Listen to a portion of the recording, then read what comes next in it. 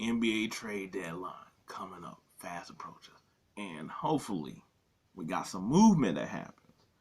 I'm not that optimistic because most times these are duds, but I think that this is going to be lopsided, and by that I mean I think that the West is going to be trying to make a lot more moves than the East, just because the East only really got three teams, how you want to look at it. I was like Celtics, Bucks, 76ers, they're going to try to do something, but at the same time, with Embiid hurt, I'm like, the Knicks looking like a serious threat.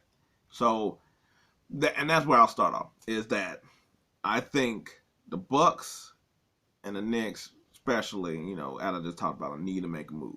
The Bucks right now are really not improving. I was like, I guess maybe you talking about like really mortal stance that they're improving, but ain't nothing really happening since this trade. Since this coaching flip. I was like, Middleton, like he's hurt a bit again. Like Dame ain't play. Giannis is just putting this all on the back.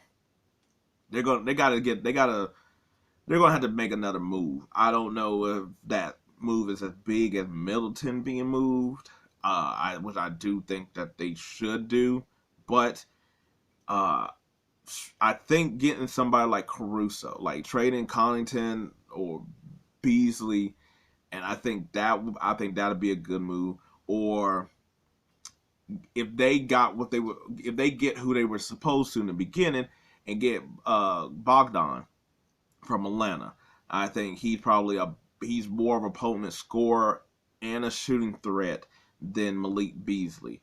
And he's a bigger guy too. So he's like 6'6" compared to like Beasley, who's like 6'3", and is a streaky shooter. He ain't never really found his shot back since he left like Minnesota. So I think getting Caruso or Bogdan would be like good for them. Just some people off the top of my head, but they need to make another. They need to make another move, and I think they also need another move in their front court as well. I know they got Portis, Lopez, Giannis is obviously there, but if they just got a little like maybe like somebody like Chris Boucher, from the Raptors. Like that, like another long, lanky guy plays defense, but a lot more agile than them and stuff like that. The Knicks, obviously, they need a backup point guard. I was like maybe they should talk to the Hornets and see what they could do with Lowry instead of them being like necessarily interested in PJ Washington. I don't really understand that move for them when they have Randall. Because I'm like, you might as well just. I was like, you might as well just kept topping to me or whatever. I feel like they're sort of like they're not. That's not too far of a different hit with, especially with the money or whatever. But yeah, I was like, yeah, they need a backup point guard, and they probably need another like combo 4 or 5 type of guy. That can help out in spurts while Randall's over here chilling or whatever.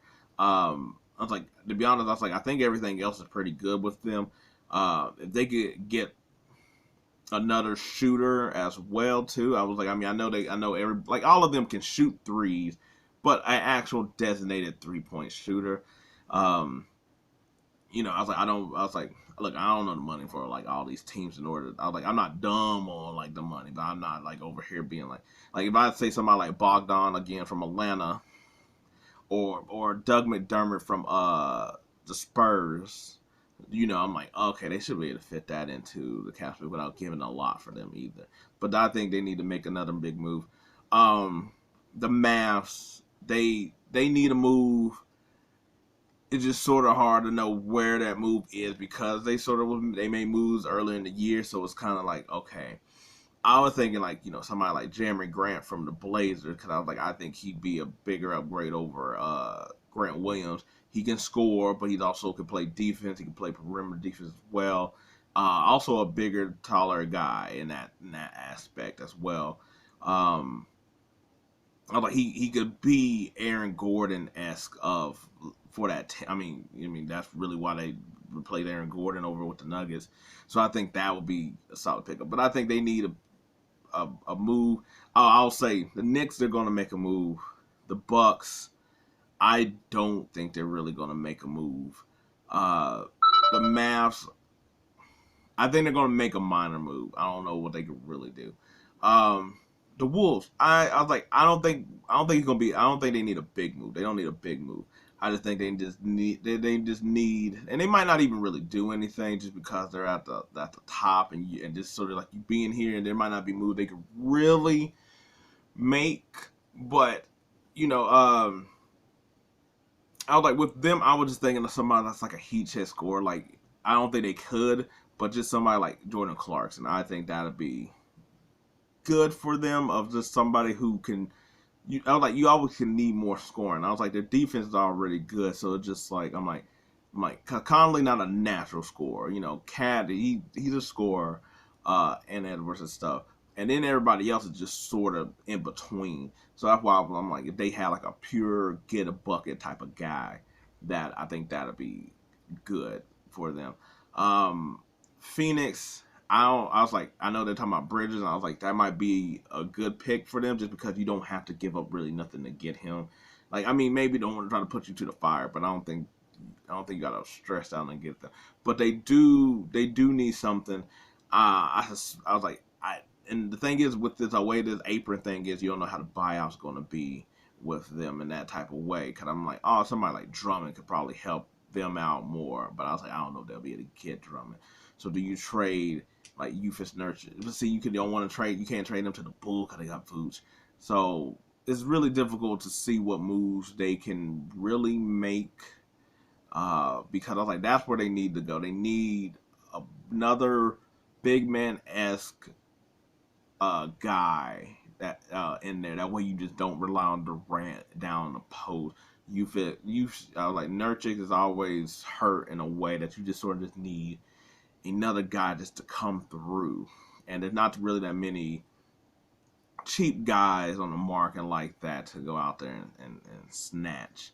Because they're either young and cheap, or maybe you could get a Pistons a call. Maybe you get like Isaiah Stewart or something like that. Like that's something that they need. That where I'm like that'd be a good pickup for them. Um, I'm gonna sort of join them two together with the Lakers and the Warriors. Do they need a trade? Yes. Will a trade happen? I don't know. The Warriors are in a situation where I don't think that they will, just because I think they just might play this out and just see where it goes and just wait till next year. Chris Paul money comes off the books. But they could do a trade and still keep that, but I don't think there's no reason to do a trade for them. Um, yeah, I was like Lakers. I think you can try to get off Rui's contract. Uh, I was like, D'Angelo's risky because when he's on, and when he's not, he's all right. It's really just hard. What could you get really, like if you package those two up, and what could you really out here get? I know there's like Murray, and I'm like that. Like none of the players they're talking about or what we've heard is inspiring outside of like Caruso. But even then, I'm like, okay, so then you gonna have Reeves and Caruso in the backcourt. You gotta have to give Russell up. I was like, I don't know about that. And also too, like, who wants the Rui contract?